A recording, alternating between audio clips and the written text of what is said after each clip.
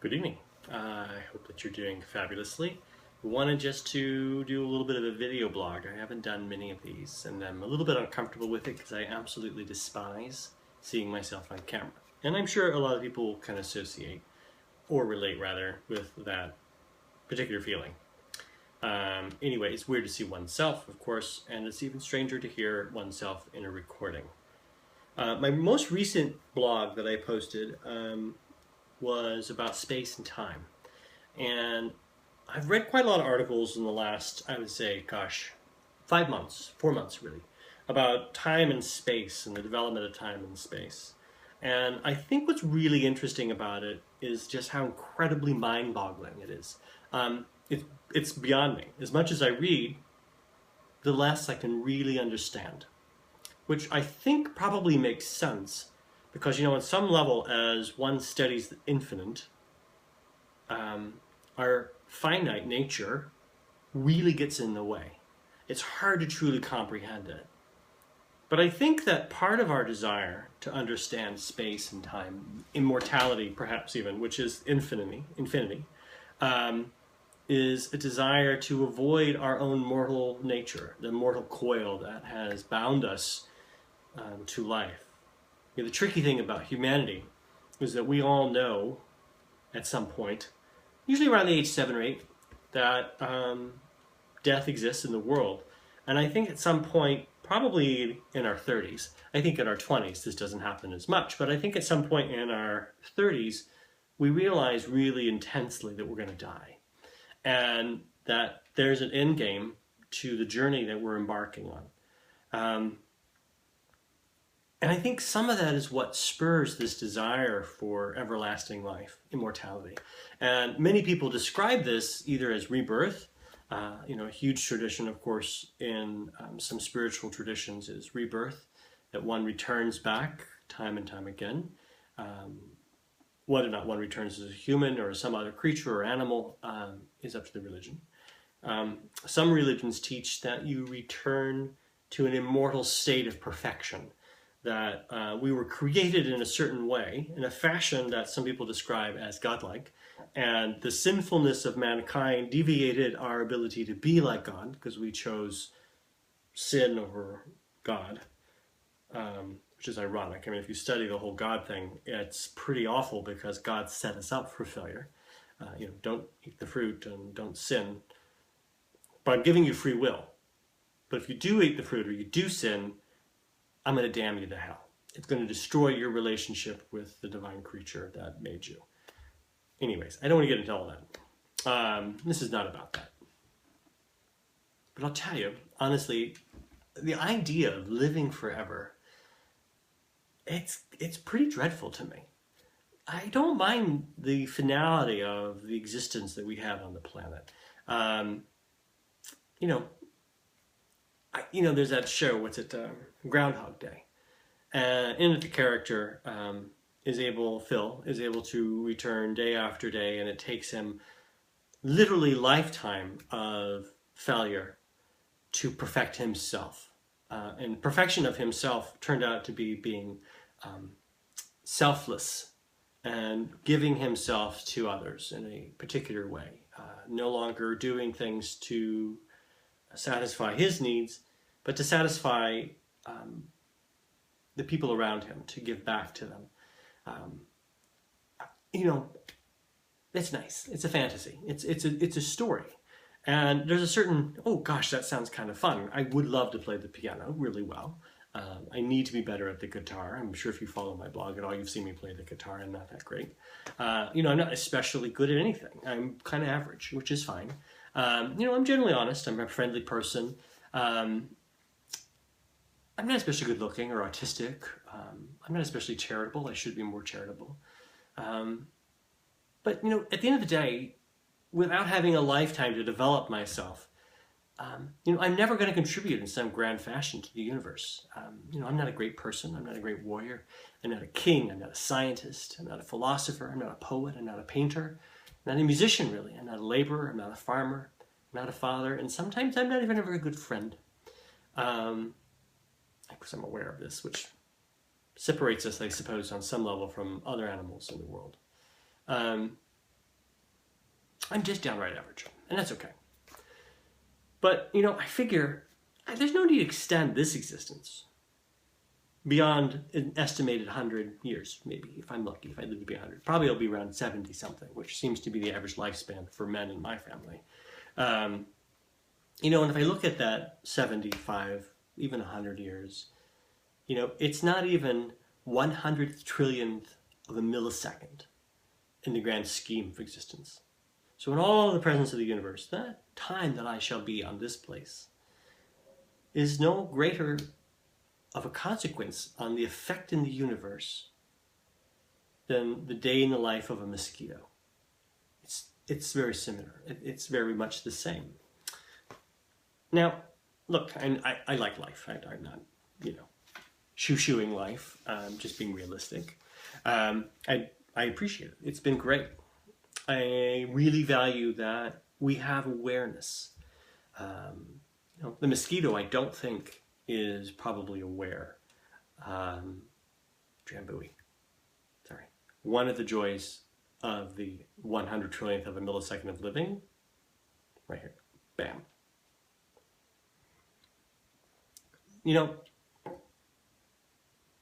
It's valuable to me. This life, this 100 trillionth of a millisecond of existence or whatever, I'm not a mathematician. And I'm conscious of it. And in all of our observable science, which, granted, we've only really been doing this for, really observing space in the universe for a couple thousand years, maybe longer, of course, but a couple thousand years really understanding that planets and stars and things like that were farther away, not just the cloak or mantle of God, if you will. Although some people still believe that, but whatever, it's fine. But this consciousness really makes our existence really special, I think. And we haven't shown that it exists anywhere else. There's no evidence, no proof that there is a conscious being, or beings rather, outside those that exist on Earth.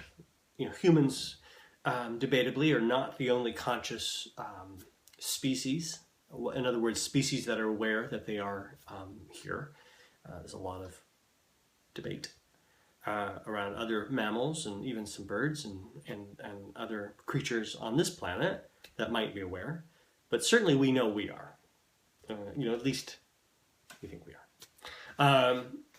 And it's probably, it may exist throughout the universe. Consciousness, awareness of oneself.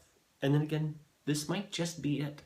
This planet might actually be the only one that has conscious, aware beings. We don't know. Nobody knows that. Until we know it, we don't know it. But then again, consciousness might just be as common as dust on a lampshade. Either way, whether we're the only conscious beings in the universe, humans, humanity, or not, we're aware. And we're aware that we have an expiration date. I guess I have another 30 years or so. I'm 44. I'll be 45 in February, but I'll be 44 or 40. I'll be, in my 70s when I die. So, I think what makes the musings that I have had lately kind of pondersome is that in this world, our existence here, I don't feel the need to seek refuge personally in the hope, and I believe it's a false hope, that there's eternity, conscious eternity, beyond what I experience. And I don't recall as a kid, as in my childhood, that faith was ever driven by fear of not living forever, or even fear of death itself. My faith experience really wasn't about being punished in hell. It never came up. I don't remember mom or dad ever saying, if you don't do this, you go to hell, if you don't go to mass or whatever. It was a sin, but sin was a little bit one of those kind of things where you're kind of just disappointing God. Now he's going to damn you to the fiery pit for eternity. So it's nice. My faith, it was really driven more in a social way, more social aspects of religion. I was raised in a faith that was more about community and less about theology. I grew up in a small town, Roman Catholic, Steamboat Springs, Colorado, and I don't recall frequently studying the Bible at home. I know we had one. I remember we had this enormous gold Bible that had a plastic cover, and the pages were gold. You know, it was very pretty. I think it had pictures, maybe even, which I think maybe is why I remember it. But you know, our church was really more built, being Catholic. The church is built more around the ritual.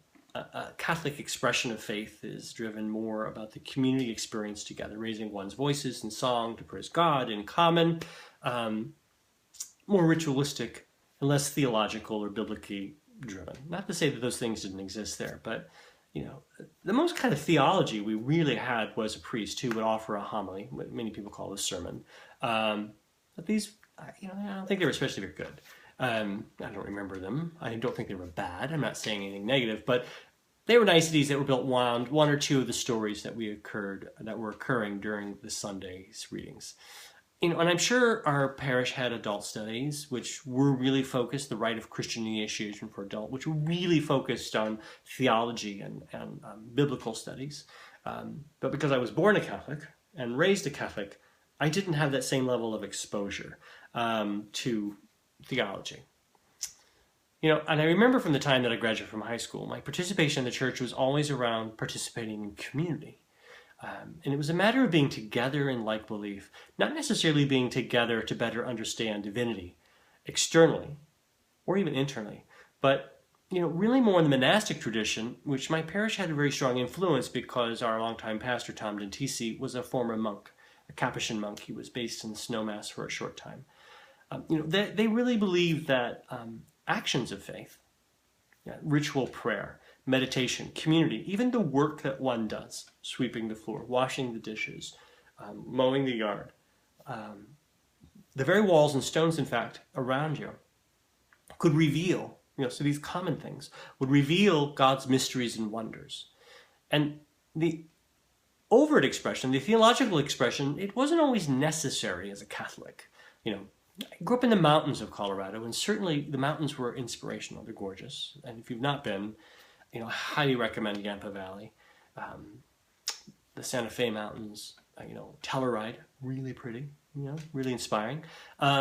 They are certainly an expression of awe in the humanity. You know, we feel small and overwhelmed, I think, sometimes by the beauty of God, God's creation, you know, from a faith-based expression. And you can understand, you know, looking at that in the foggy mornings of spring, it'd be easy to see how and why we would attribute this grandeur of nature to more than just circumstance of natural progression. That nature herself might inspire us to want to believe that because we are aware of the universe and the world that is in the universe, that indeed it is an expression or an awareness of God. That's the kind of Catholic theological viewpoint I was raised in believing. It's nice. You know, it's really great. You know, nice theory. But, you know, so it's not inconceivable that, you know, in my experience of this faith tradition as a child, I wasn't afraid. I wasn't afraid of the world around me. I wasn't afraid of being small in the world. Because I was really raised in a place and a time when everything around me was an expression of an intrinsicness of faith.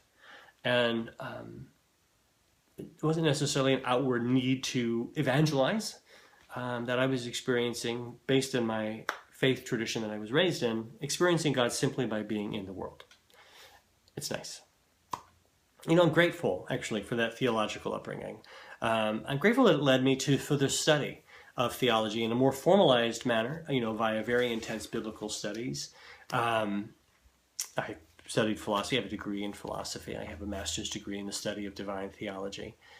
And fortunate enough to be trained in the monastic tradition. My college was a monastery, and the Benedictine monks, in fact, at Conception Seminary College in Missouri. And we lived in community. And so that was a continuation of the faith experience I had had as a child. And it was really about being in the world, but apart from the world, if that makes any sense.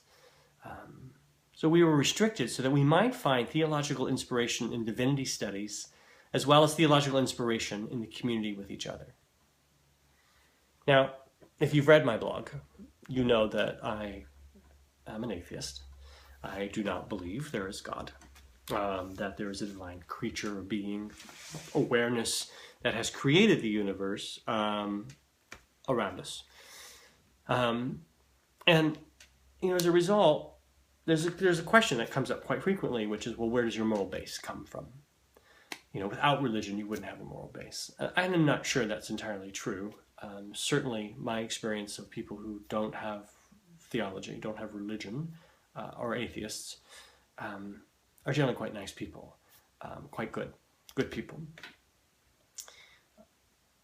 But I'll tell you, I've come to rely more on understanding the world through scientific theory, which is the observation and evaluation of the laws of physics, time and space, and the world around us.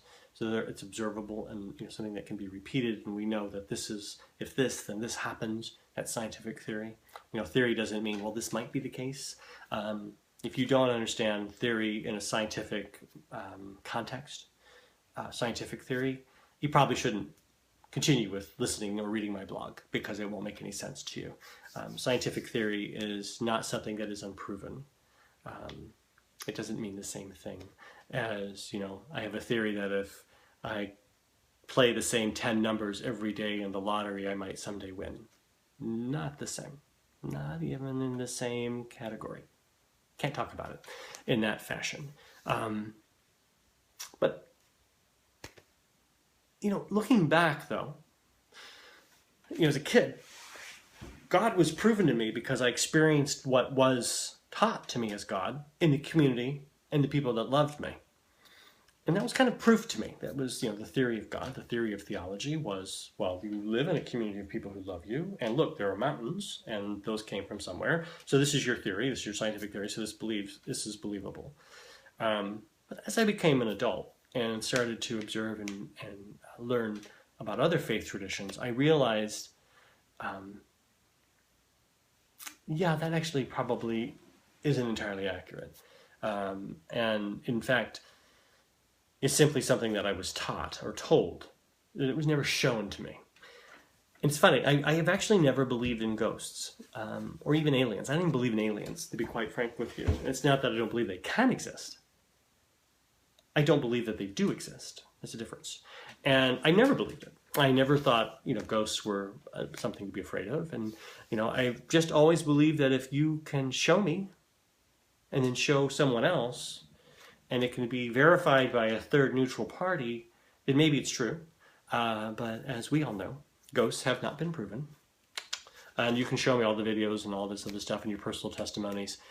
Yeah, they're not proven. If they were proven, it would be documented, and we'd be reading about it in National Geographic, as opposed to on strange websites with blogs of people who have experienced something that they can't explain. Not to belittle that experience, but it's not duplicatable or verifiable in a fashion that can be observed, measured in a controlled manner. Anyways, that's how I've always believed that. And it's funny, it wasn't until I was in my 20s I applied the same logic to faith, to God.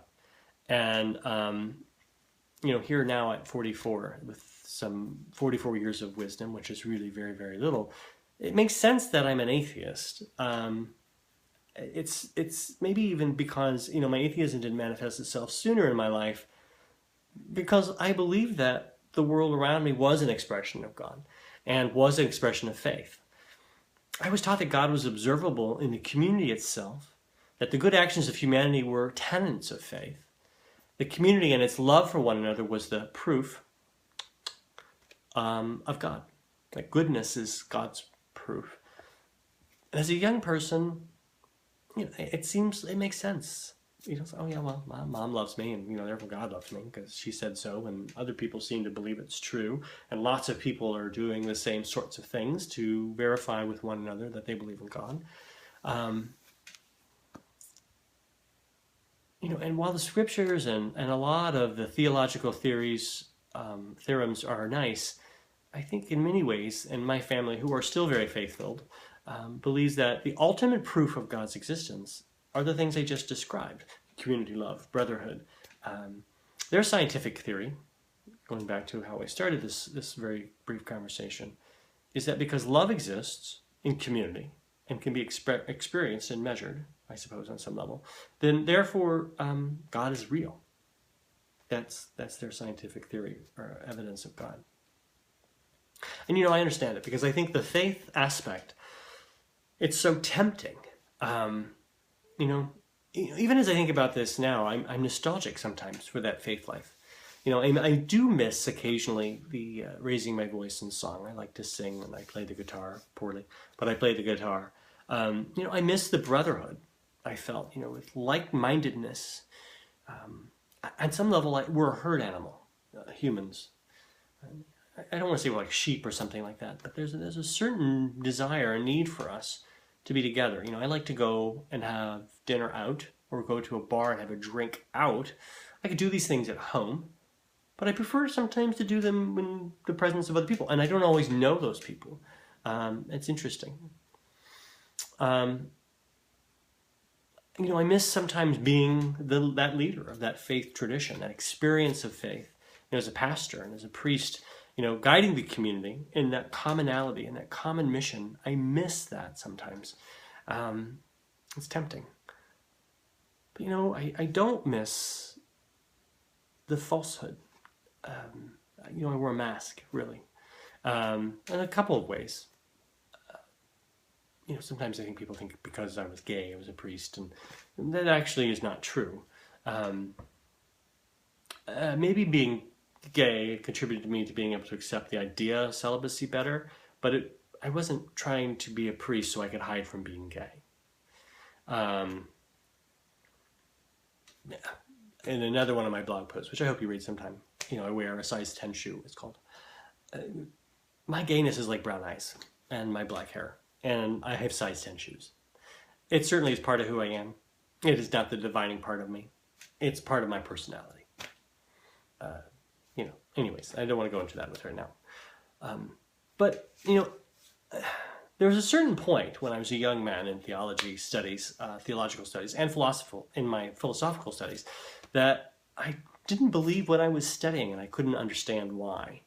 That which I was studying didn't make sense to me at first. And so I suppressed it. I literally suppressed that feeling. I remember at Mass, it was actually on a Good Friday, which is the Friday where the tradition is that you celebrate, ironically, the crucifixion of Jesus. And so, you fast and you humble yourself in prayer before the altar of God and pray for forgiveness for your sins, because your sins were what caused God to have to separate us from him, because he gave us free will. We exercised our free will. We were punished for using our free will. And then he had to send his own son to be sacrificed to make up for the divide that we had created between ourselves and God. This is the Catholic theological tradition for Good Friday. Anyways, so it was Good Friday, 1989 or 1990. I actually don't remember the year exactly, but I think it was 1990 maybe. I was at the altar, being a good seminarian, praying, and I had my doubts prior. But when I was sitting there in front of the altar, I realized I couldn't believe it. It just simply couldn't be true. But I suppressed that disbelief because I was afraid. That was not how I was raised, first of all, that we don't doubt something that has been believed for thousands of years. Who the hell are you to decide that this isn't true? Of course, without empirical study, knowledge, and proof of God, it's a little easier now as an adult, and I'm not afraid to be an atheist now. But then a young 20-something-year-old who was studying literally to take a career to be a priest, I was going to say, I can't not leave. That was just the place I was then. When I left the faith, I lost a lot. I lost a lot of my family. I lost all my friends almost entirely, people that I thought were my friends. And I became very much alone in some ways. More alone. I wouldn't say that I was lonely, but I was alone. My community shrank from being very, very large to being very, very, very, very, very small. And in that reduction, that simplification, I discovered more truth, my own experience of truth. And that fear of not being included, feeling different, of doubting, it was all okay. It was a relief. It was a relief of a burden where I was like, it's actually okay that I actually don't agree or believe what everybody else thinks or believes. It's fine. My family is much smaller now, but more intimate, I think. My family is much smaller now, but they're more authentic. And they're not always blood family. In my family, I don't consider them necessarily to be actual relatives. My real family are people that are not relatives. And I guess to say that, my family is small, but it's real. So when I raise my voice now in song, and you can listen to my songs on my blog if you like to, or on my YouTube channel. Good luck with that. You may not love it. I think my family sings with me. And, sometimes I think sometimes they even actually sing through me. So this is my short life, my 100 trillionth of a millisecond of existence or less. Again, not a mathematician. It's more precious because it's really all I have. Space and time, observable and measurable, tells me that my matter, my carbon and my energy, it very likely is not going to be lost. These things seem to be recycled and transferred, carried on in some other fashion, not reincarnated consciously. But, perhaps someday my ashes are going to fertilize the soil. Maybe my energy that has moved me will expire. Or maybe all that atomic energy, the hundreds of trillions of atoms and electrons and all those things that are in me, will become part of a star, light of a star. So some of that little tiny bit of my matter will, maybe power somebody's solar battery someday. I don't know. But it's fine.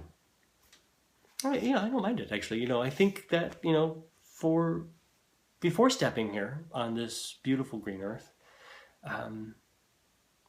I was hundreds of trillions of atoms and protons somewhere else. Before I existed, I was never missed. Before I was existed, I was not known. Before I was existed, it didn't matter, my consciousness. And, so too it shall be when that moment that I am a conscious and aware ends. It's the same, my life. I really won't be missed. Oh, sure. Immediately, I'm sure there'll be some people that will be sad. For 100 trillionths of a millisecond, in the grand scheme of existence, people will be missed. But, for all of us, it's just passing away. But I don't need to be more than what I am. And what I am is temporary. This awareness up here and probably through here, there's a lot of studies lately that the brain is actually heavily influenced by all the microbes. The entire little system of our bodies actually controls our brains. But that limitedness of us makes it very precious, isn't it? This quick 100 trillionth of a millisecond of awareness, it's really very special.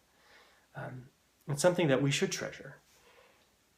But I don't need to make anything other than what I am for it to be more valuable. I don't need to attribute that someday I'll be great this way because I'll go some other place. What the universe has given to us in the collection of our atoms and our molecules, the energy that's in us, is already remarkably amazing. And while it is only a flicker, it's a really good one. And I treasure it.